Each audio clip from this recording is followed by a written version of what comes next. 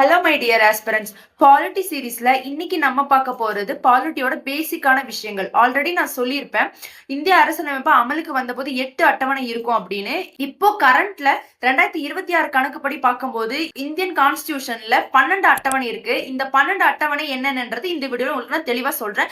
கண்டிப்பா video skip பண்ணாம கடைசி வரைக்கும் பாருங்க. இது கண்டிப்பா உங்களுக்கு ஞாபகம் இருக்கும். கடைசியில நான் உங்களுக்கு ஷார்ட் கட்டும் சொல்றேன். ஆல்ரெடி 8 அட்டவணைன்னு சொன்னோம். இதுல 4 அட்டவணை எக்ஸ்ட்ரா சேர்த்திருக்காங்க. அது என்னென்னன்றது சொல்றேன். ஃபர்ஸ்ட் அட்டவணை என்ன சொல்றாங்க அப்படின்னா, மாநில மற்றும் யூனியன் பிரதேசங்களோட பெயர்கள் மற்றும் எல்லைகள்னு சொல்றாங்க. இரண்டாவது அட்டவணை சேலரி அண்ட் அலவன்ஸ், அதாவது சம்பளம் மற்றும் சலுகைகள்னு சொல்லுவாங்க. யாருக்கான சம்பளம் சலுகைகள்னு பாத்துக்கிட்டீங்கன்னா, உயர் பதவி வகிப்பவர்கள், அதாவது கவர்மெண்ட்ல உயர் பதவி வகிக்கிறவங்களுக்கான சம்பளம் மற்றும் இதுல யார் யார் இடம் பெறுவாங்கன்னு பாத்துக்கிட்டீங்கன்னா, president, governor, speakers, judges, CAG. இது ரொம்ப ரொம்ப முக்கியம், நோட் பண்ணிக்கோங்க. மூன்றாவது அட்டவணை என்னன்னா, ஓத் அண்ட் அஃபர்மேஷன்ஸ், அதாவது பதவி ஏற்பு உறுதிமொழி. இது யாரெல்லாம் எடுப்பா அப்படின்னா, president, ministers, MPs, MLAs and judges.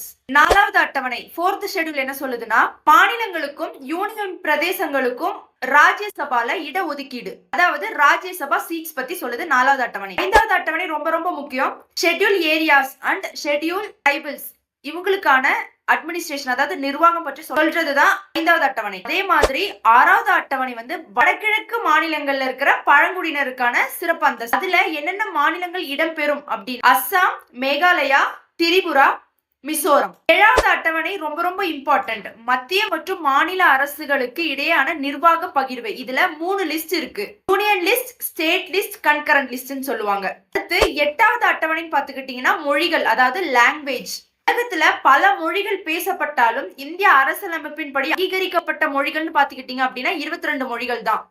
ஒன்பதாவது அட்டவணை loss protected under article 31B ன்னு சொல்லுவாங்க, அதாவது நில சீர்திருத்த சட்டங்களை பாதுகாப்போம் அப்படின்றது 9வது அட்டவணையில இருக்கு.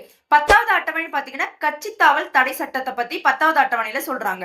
11வது அட்டவணை பஞ்சாயத்துகள் பற்றியும், 12வது அட்டவணை நகராட்சிகள் பற்றியும் சொல்லுது. ஆஸ்பிரண்ட், இந்த வீடியோல 12 ஷெட்யூல் என்னென்னு பார்த்துட்டோம். இந்த 12 ஷெட்யூல் ஈஸியா ஞாபகம் வச்சுக்கிற மாதிரி நான் அடுத்த வீடியோல உங்களுக்கு ஷார்ட்கட் சொல்றேன். கண்டிப்பா நம்ம சேனலை ஃபாலோ பண்ணிக்கோங்க.